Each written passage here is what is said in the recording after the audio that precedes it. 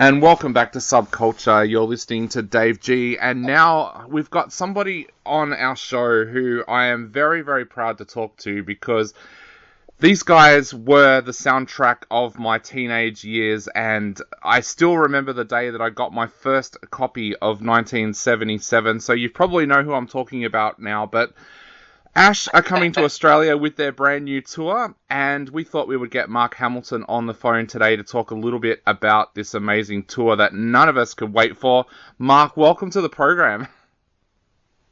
Thanks for having me. It's great to be here. No problem. Now, Mark, like I said, we are so excited that you guys are bringing this tour down under because for a lot of people my generation, you guys were the soundtrack to our high school years. How are you feeling about this tour? We're excited because it's been about 4 years, I think, since we were last in Australia, and we had originally this tour should probably have happened maybe 2 years ago, but then obviously world events happened and everything got postponed and cancelled, and so we're kind of like playing catch up around the world, doing shows that we should have been doing 2 years ago. Mark, that pandemic being in the middle there, that must have been one of the biggest breaks that you've ever had as a band off the road. What was that time like for you? It was strange. I mean, we've been going like 30 years now this year, or like last year was 30 years, and it was definitely the longest stretch where we didn't even see each other for a long time. I think probably over a year, and it kind of ground everything to a halt for us. We weren't able to really make any money at all because just the way the music industry is these days, everything's from touring and live. There's not a lot of money in streaming and stuff. So yeah, it was a big hit, and we kind of like just sort of like hunkered down like everyone else. And yet last year it was really good to sort of like get back out and get back, things sort of have some semblance of normality again.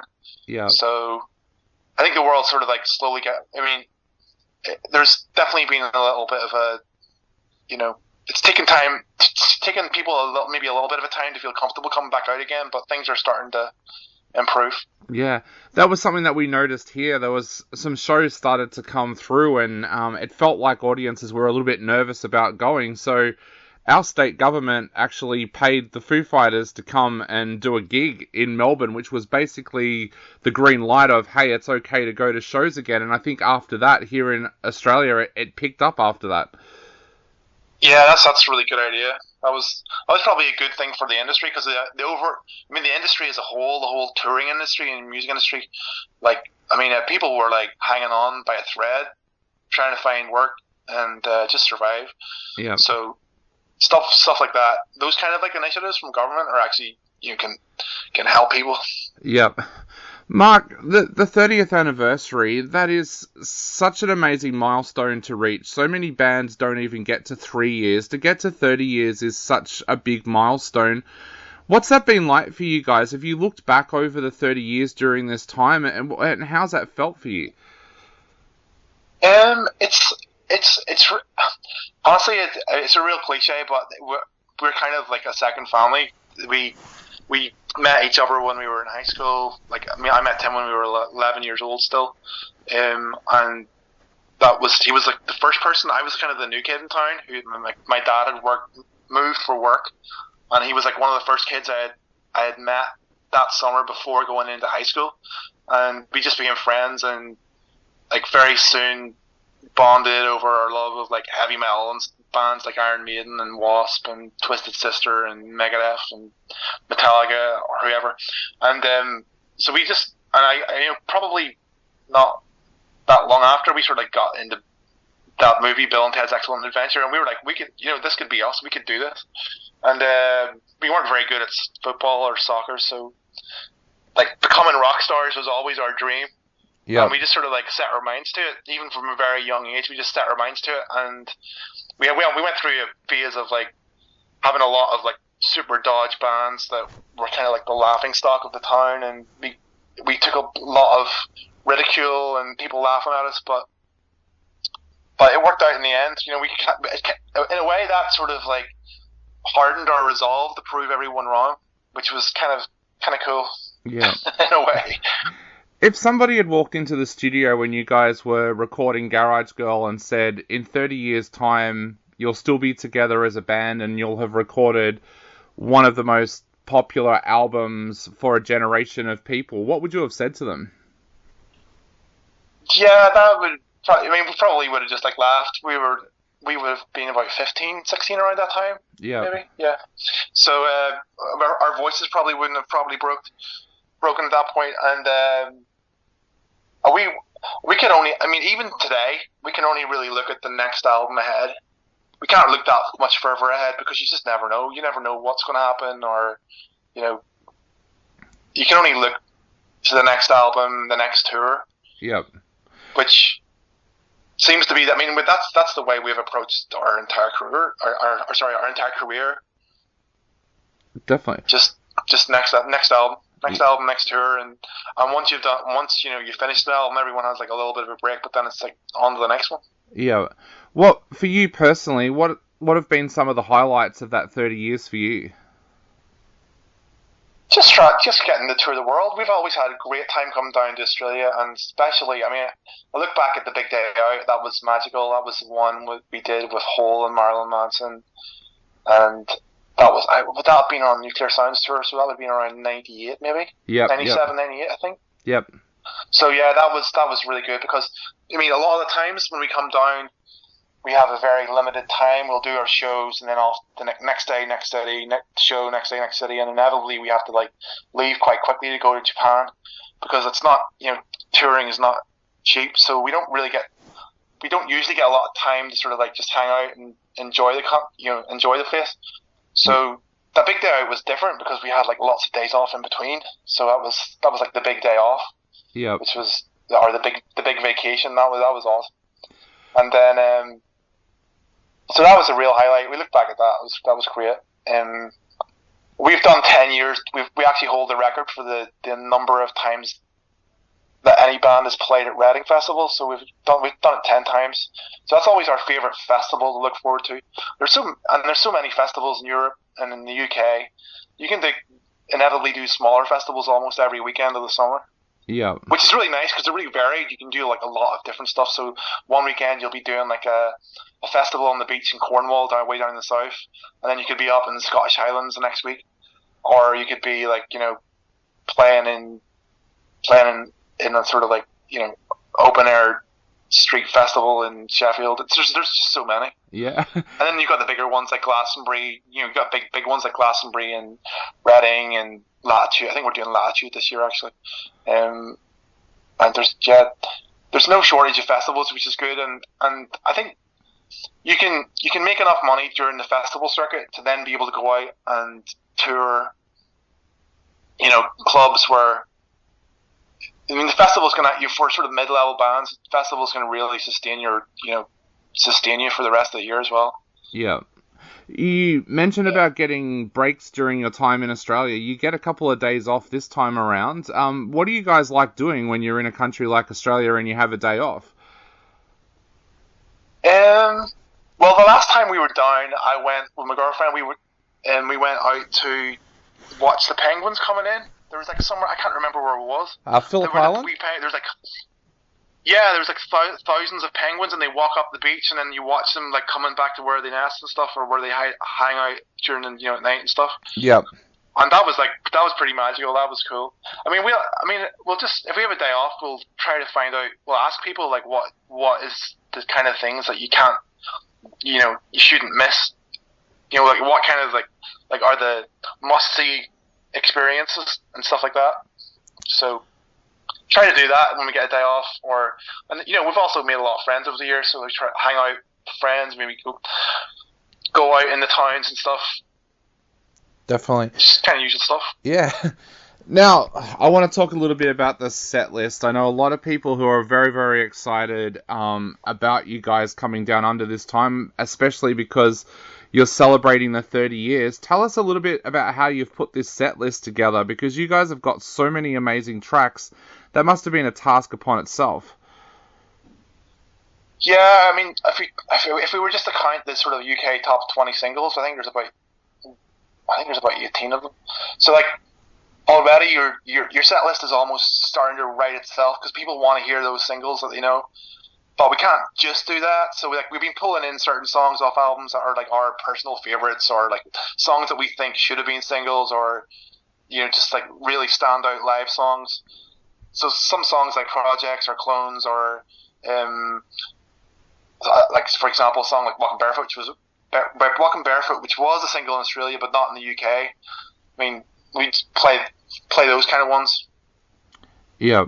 It's probably we kind of like curated like the greatest hits with the label, so it's mostly gonna be songs that are on that Teenage Wildlife album. Definitely. And we've actually, I mean, we might drop one completely new song in there just to sort of like start practicing it maybe, but that'll just depend how it goes in sound checks and stuff. Awesome. But we've got two new albums ready to go, but that's for like later in the year. Awesome. That is awesome news. Tell us a little bit. I want to talk a little bit about the love affair that Australian music lovers have had with 1977 over the years, because, like I said, for our generation, that was our high school years. That album came out, I think, in my second last year at high school. I still remember getting my first copy. What's that like, knowing that there's a whole generation of Australians that album was the soundtrack to their high school years? How does that make you feel? Yeah, it's pretty cool. I mean, it's awesome. Actually, it's brilliant. I think that's there's kind of like a similar. I think that album sort of like connected with people who were the same age as us at the time, around that same age, Yep. And a lot of us were, because we basically had just left school. I didn't even finish high school, and Tim had just finished his A level, so it was like leaving home and going off to join the circus, and we were on this like mad roller coaster. And I think the fans who were with us on that first album kind of went along with us for a while, Yep. and sort of like, and it was like 2 solid years of just like touring around on that album. It was because it was almost like every kid's dream. Yeah. Do you know what I mean? Yeah. Coming out of school and just going off and on touring the world for 2 years solid, and having like a hit album which is sold millions around the world. It was pretty excellent. It was an excellent time. Yeah. You mentioned before about Bill and Ted's Excellent Adventure being one of those moments where you were like, hey, we could do that. Your music has been on a lot of soundtracks over the years as well, and I was reading through a list of them before, and there's some amazing films that have featured your music. How has that helped your career over the years? Do you think a lot of people have discovered your music because you've been on music soundtracks? And also, how does that feel when you get approached about, hey, we want to use some of your songs in our film? How does that make you feel? Oh, it's fantastic. I mean, there was earlier on, whenever we were like, still like 17, 18 kind of thing, there was certainly a bit of a stigma within the sort of like, I'd call it the punk rock scene, where if you let your music be used in an advert, it was like seen as selling out, and it was not a cool thing to do. And while now it's like the complete opposite. Everyone's scrambling to get things on ads or on a movie or a computer game or something. But for us, we got asked. One of the first things we got was on a TV advert for Heineken beer company in Ireland, and initially we were like, it's beer, and we were all like, oh, that's cool then, fine, fair enough. So we didn't care. And then the advert was all over the TV constantly in Ireland, and it actually really helped, like, give us a kick-off, Yeah. So that worked out really well. And then I guess also early on we got Jack Names the Planets and Kung Fu were both on the Rumble in the Bronx soundtrack for the Jackie Chan movie. And then there was a whole bunch of actually soundtrack and computer games as well. We got actually on the second album, after Nuclear Sounds didn't do so well commercially, we almost got to the point where we were broke before Free All Angels was released. And the only thing that kept us afloat in that period in between was the money that we got from Gran Turismo computer game, which was like a PlayStation racing game. And Lose Control was on the first Gran Turismo game, and that was before the music or the computer game industry had really worked out how they were gonna work the mechanicals on the royalties on computer games. Yep. So we actually had a decent little cut on that game, and it sold millions. So even though it was a small fraction of the game, it kept us afloat whenever we really needed it, which was good. Yeah. And we've done a bunch of games, and then also movies like Shaun of the Dead, and the Clones song was used with Lucasfilm for Republic Commando, which was the first time they licensed music that wasn't John Williams for Star Wars. So that was a bit of a dream come true, because we got to go and play some shows for Lucasfilm again. And we actually got a good relationship with them, because we ended up playing the rap party of the Phantom Menace, because Ewan had narrated like a tour movie around that 1977 era.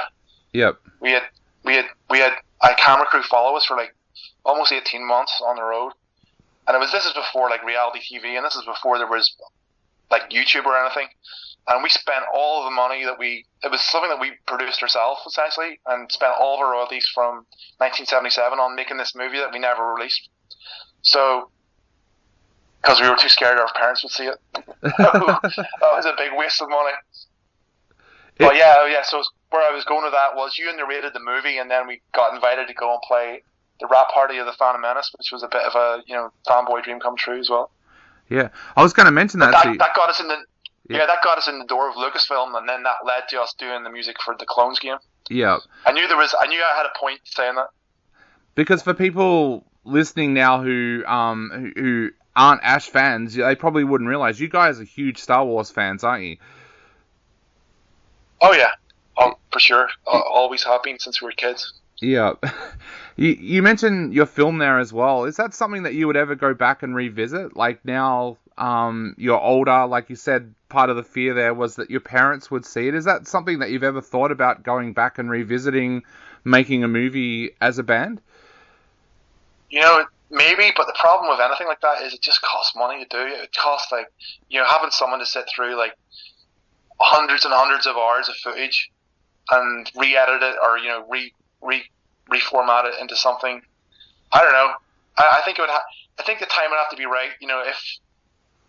If something happened where like a new album or a new single really took off, and there was then like an appetite or hunger for something that to come back, to be revisited, then maybe. But it's just not something that we could do right now at this moment. Definitely. Now it wouldn't make sense. Yeah.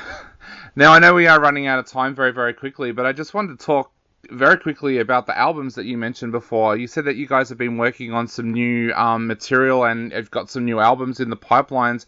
Is there any expected date of when we might be able to hear those albums?